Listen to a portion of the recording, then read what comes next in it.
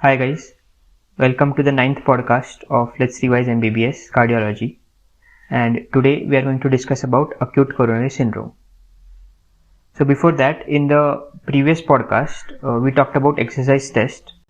So one thing I forgot to tell you is if the patient is not able to perform exercise, so we can use pharmacological drugs. Okay.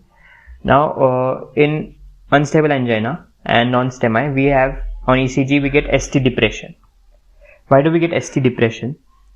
So we have talked that yesterday we saw that the subendocardium is the first part to get affected, to get ischemic, right? So during depolarization, it does not get depolarized, or so normally depolarization occurs from endocardium to pericardium. Okay. So endocardium to myocardium. Now what happens is subendocardium is ischemic, so it pulls the depolarizing impulse from the myocardium.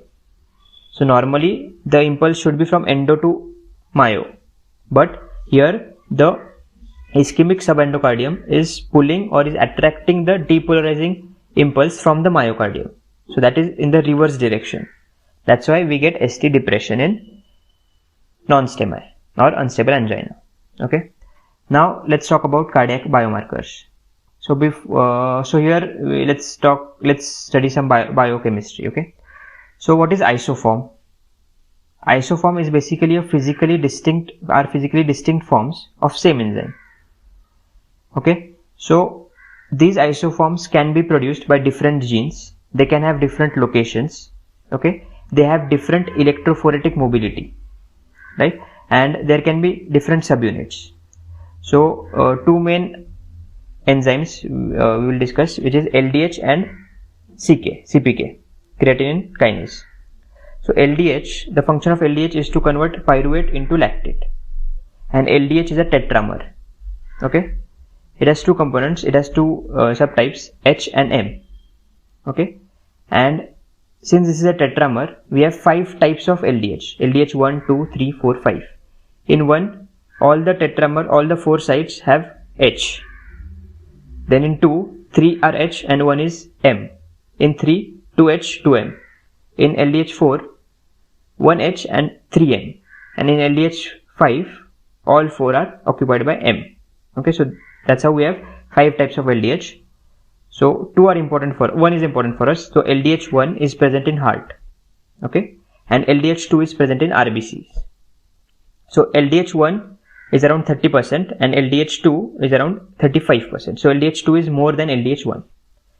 That was about LDH. Next enzyme is creatinine kinase. Function of this is to convert creatinine to phosphocreatinine or vice versa. So it's a reversible reaction. It helps in production of ATPs, right? So it is a dimer and it has M and B. So 3 isoforms, CKBB, CKMB and CKMM. Most abundant in heart is CKMB. Right. Now let's come on to specific cardiac biomarkers. So there are various biomarkers like CKMB, troponins, troponin I, cardiac troponin T, myoglobin, LDH. Okay. Others like BNP, brain natriuretic peptide. Although BNP is a cardiac biomarker, but it is not a biomarker for myocardial infarction. It is a biomarker for volume overload. Okay, so these are the cardiac biomarkers. So which is the first biomarker to rise in ischemia or infarction? It is in infarction, not in ischemia. In infarction, it is myoglobin. So we have seen yesterday in unstable angina, cardiac biomarkers will not be raised. Cardiac biomarkers will only be raised if there is infarction. So in non-STEMI and STEMI, these cardiac biomarkers will be raised. Okay. So first biomarker to be raised is myoglobin. It can start to appear in blood by about 30 minutes, as early as 30 minutes also. But the problem is it is not specific. Okay, so which is the most specific cardiac biomarkers? It is troponins. Okay, and CKMB is less specific than troponins. Now both CKMB and troponins start to rise by 2 to 4 hours. Like CKMB starts by 2 to 4 hours and troponin start by 4 to 6 hours. Then CK, creatinine kinase, MB, peaks by 24 hours troponin also peaks by around 24 to 48 hours, but the difference is CKMB normalizes by around 2 to 3 days, 48 to 72 hours, but troponins normalize after 7 to 10 days. This is the main difference. Okay, so troponins also, there is one more benefit of troponin.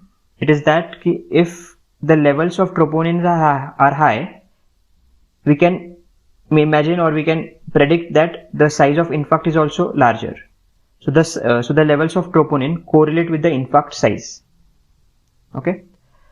Although we say that troponin is most sensitive, but troponin can also be increased in other conditions like myocarditis, or if there is left ventricular strain, or in Takotsubo cardiomyopathy, etc. Like these conditions, troponin can also be increased. Okay. One question is if which cardiac biomarkers can be used to diagnose reinfarction. The answer for this is also troponins. So there should be a rise of more than 20% than the previous level of troponin to diagnose reinfarction. Okay.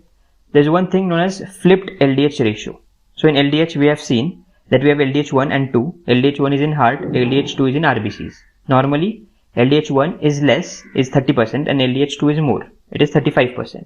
But in MI, LDH1 rises and it becomes more than LDH2. So we say that the ratio of LDH1 is to 2 is flipped. Initially it was less than 1, now it is more than 1. So that is flipped LDH ratio. Okay. Now risk stratification for unstable angina and NSTEMI is we use TIMI score, TIMI, which is thrombolysis in myocardial infarction. That is used for risk stratification. It has many criteria, around 7 criteria, but we don't need to know all of them. Okay. Now, if a patient of unstable angina or non-STEMI comes to the hospital, what all should be done? Okay. So the first thing is give aspirin. Okay. Every patient of STEMI, non-STEMI and unstable angina should be started on aspirin. It is the first drug to be given. Okay. The loading dose is 325 milligrams and the maintenance dose is 75 milligrams. How does aspirin act? It inhibits cyclooxygenase 1 enzyme at low doses and which decreases thromboxane A2 levels. Okay. After giving aspirin, we give the other drug which is P2Y12 receptor inhibitor. Earlier clopidogrel was preferred, but now ticagrelor is preferred. Okay. So aspirin, then we give ticagrelor. Why is ticagrelor preferred? Because its activation does not require CYP2C19 enzyme. Many people have different level of this enzyme, and hence when we were giving clopidogrel, low doses, and like if there was CYP2C19 polymorphism in some patients, the activation of clopidogrel was different in different patients. So therefore clopidogrel is not preferred now. Instead ticagrelor is preferred. Right. Then we give nitrates. Sublingual nitrates will mostly be not effective because we have seen in stable angina it is effective. If it's not effective, then it means it is not stable angina. That means it is unstable or it is ACS. So we give sublingual nitrates, but if they are not effective, then we start with IV nitrates. Okay. Then we also need to give anticoagulants. Anticoagulants are important since the raw area which is present due to rupture of plaque is still there. So we don't want other thrombus to form there. So we give anticoagulants. Anticoagulants are preferred are low molecular weight heparin and fondaparinux. We also start the patient on statin, which is atorvastatin, around 40 to 80 milligrams. We also start on beta blocker. Beta blocker preferred is metoprolol, but beta blocker is contraindicated if the patient is having left ventricular failure. Right? So these are the drugs which we give or which we start in the first 24 hours for the patient. Okay. Aspirin is mostly continued lifelong, and combination of aspirin and ticagrelor is given for around 1 year. Right. So that was about management and everything about non-STEMI or non-NST ACS. In the next podcast, we will talk about STEMI, ST elevation MI.